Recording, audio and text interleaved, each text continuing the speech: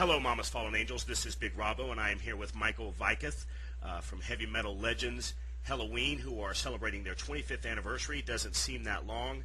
I know we're steadily getting older, Michael. I know I'm getting older, and I remember when I first heard Helloween, and it doesn't seem like it's been that long ago. I want to talk about the 25 years in the music business with you as a band, but first I want to go into the latest release, which is Unarmed, which is something that a lot of fans may not have been looking for. There's a lot of different arrangements of some old Helloween classics.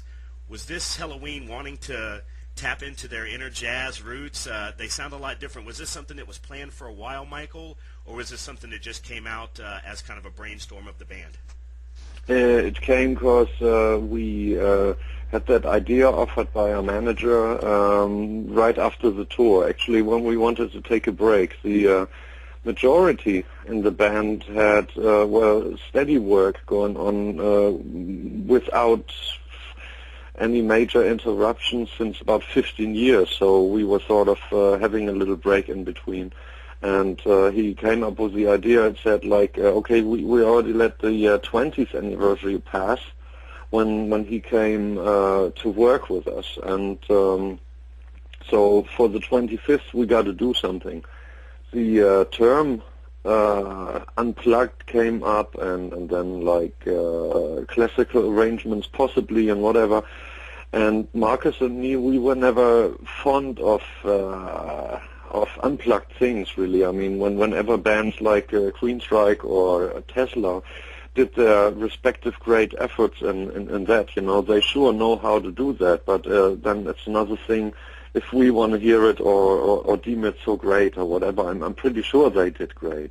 But that whole unplugged business never impressed me, nor Marcus. And my first reaction was, oh, but no friggin' unplugged, please, and let's do it any other way. Right. And so we decided to find and employ professional arrangers, producers who would have their way with the tracks that we made a list of, and that's how it came about, basically.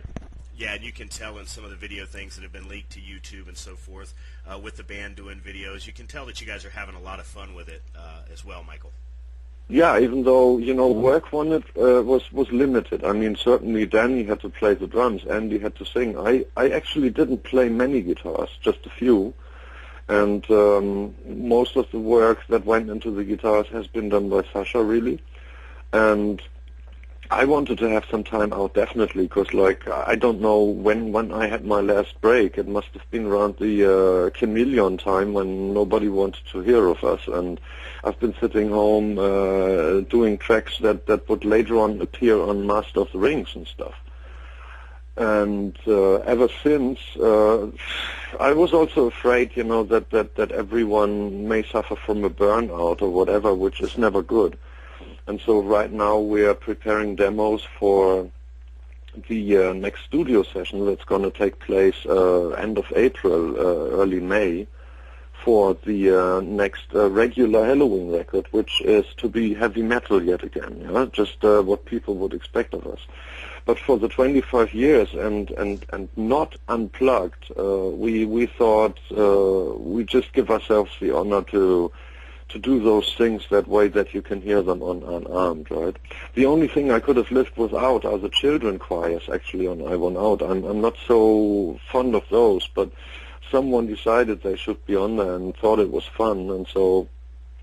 But the rest, I think, is pretty brilliant. We're getting mixed reviews from a few fans who actually think it's utter crap, and then the other half they say it's great, you know. And we've done a few acoustic, so to say, minimized setup appearances in the form of in-store autograph sessions, and we played 7 tracks, like in that manner, as was doable without any orchestra or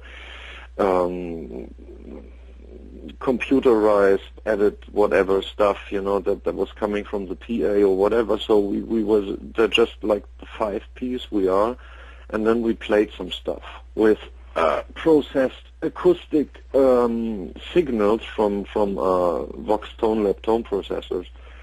But we in fact used electric guitars because I suck big time on acoustic guitars. Now, you can say that about Sasha. He's great on everything. He can even play the piano and he can fly if he had to. But I'm just extremely bad on acoustic guitars. So I was happy I had my Les Pauls there. So all you beginning guitarists out there, you know, if Michael Weikath, I mean, one of the greatest guitarists in heavy metal, if he can struggle on an acoustic, so when you're out there struggling along on your acoustic, just remember it's not just you, it's even the guys that can really play. Well, the older I get, I'd rather call myself a guitard. Wanted to talk a little bit about something that you just highlighted, Michael. When you talk about the Unplugged, and you mentioned Queensryche and Tesla, but obviously there's many more bands that we consider in our genre, whether it be hard rock, heavy metal, power metal, all the different genres, you know, and that stuff just gets stupid when you try to, you know, break it down into each little subgroup. But you really have to take chances, whether it's an Unplugged or whether it's something where you're just rearranging those old songs like Helloween did, Michael. You really have to be careful in the fact that you do alienate some fans. Was that something that the band thought about? Yeah, I said to our manager that this is going to happen probably, but then he didn't mind much because he's interested in like making progress for the band, and also he was pretty keen on bringing something like this across just for look, there's one main effect actually.